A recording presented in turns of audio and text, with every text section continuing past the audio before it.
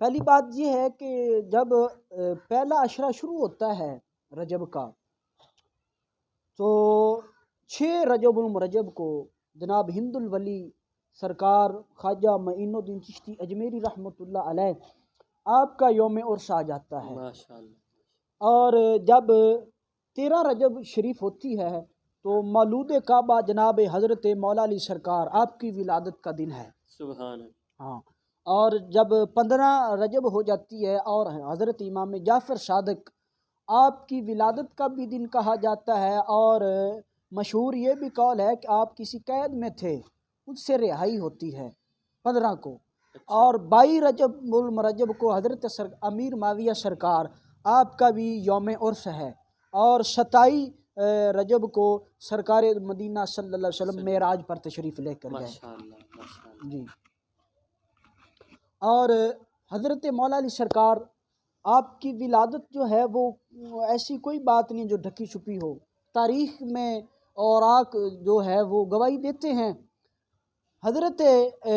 مولا علی سرکار وہ آپ کی اماں جان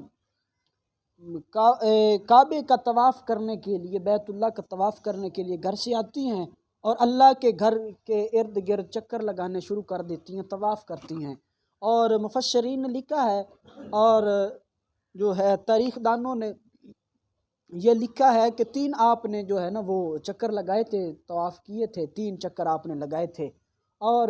درد شکم جو ہے نا وہ آپ کو ہونے لگی، تو چابی جو ہے وہ آپ کے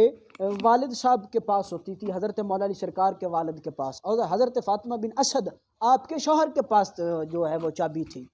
لیکن آپ نے چابی کو جو ہے نا وہ نہیں لیا، اور اللہ سے دعا کی کہ میرے جو ہے نا اب بچے کی ولادت کا ٹائم آ گیا ہے، اب میں کیا کروں؟ کیا کعبے سے باہر چلی جاؤں؟ کہ یہاں پر ہی بچہ جو ہے نا وہ جن لوں؟ تو اوپر سے آواز آتی ہے۔ پہلے ایک دفعہ ایسا تاریخ میں ہوا ہے کہ جب حضرت مریم علیہ السلام آپ بھی ایسے طواف کر رہی تھی، اور حضرت عیسیٰ علیہ السلام کی ولادت کا ٹائم آ گیا، اور ایسے ہی انہوں نے بھی دعا مانگی کہ میں اے اللہ کریم یہاں پر بچے کی پیدائش کروں۔ اللہ کریم نے فرمایا اے میری بندی، یہ میرا گھر ہے اور پاک گھر ہے، جائے ولادت نہیں، اب دور چلی جائیں۔ وہ جو واقعہ تھا وہ حضرت فاطمہ بن اسد کے ذہن میں بھی تھا،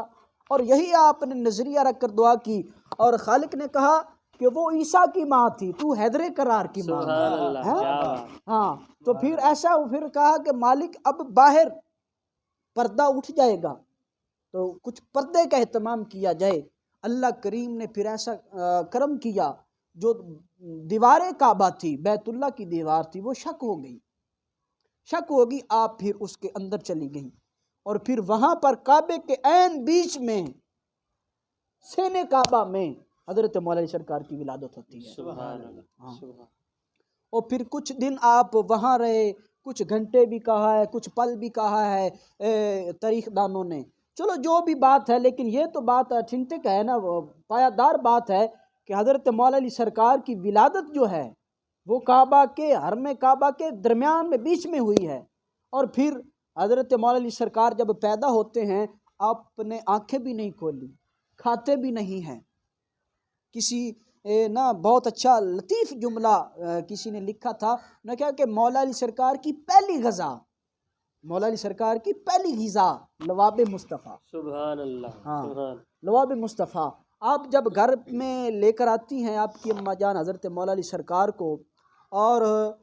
لوگ جو ہے وہ مبارک دینے کے لیے آتے ہیں، دور دور سے آئے ہیں، جن کو پتہ چلتا ہے مولا علی سرکار پیدا ہو گئے، اور آقا علیہ السلام کو بھی پتہ چلا کہ میرے چچا کے گھر میں بیٹا پیدا ہوا ہے، آپ بھی مبارک دینے کے لیے تشریف لائے، تو اپنے چچا کو حضرت ابو طالب کو کہا کہ اے چچا تم کو مبارک ہو، اللہ کریم نے آپ کو بیٹا عطا کیا، خیر مبارک ہے، اور کہا کہ اے محمد صلی اللہ، وہ جو بچہ ہے وہ کھاتا بھی نہیں ہے اور دیکھتا بھی نہیں ہے، مجھے لگتا ہے کہ وہ آنکھوں سے اندھا ہے، نبینا ہے، تو کھاتا بھی نہیں، جب کھائے گا نہیں تو زندہ کیسے رہے گا؟ سرکار نے فرمایا کہ اس بیٹے کو جو پیدا ہوا ہے، جو بچہ پیدا ہوا ہے، اپنی چچی کو کہا کہ وہ لے کر آئیں۔ حضرت جناب فاطمہ بن اسد آپ نے اٹھایا اور نبی کریم صلی اللہ علیہ وسلم آپ کے ہاتھوں پر رکھ دیا۔ یہ وہ ہاتھ ہیں جو اللہ کریم فرماتا ہے ید اللہ فوق ایدیہم، یہ میرے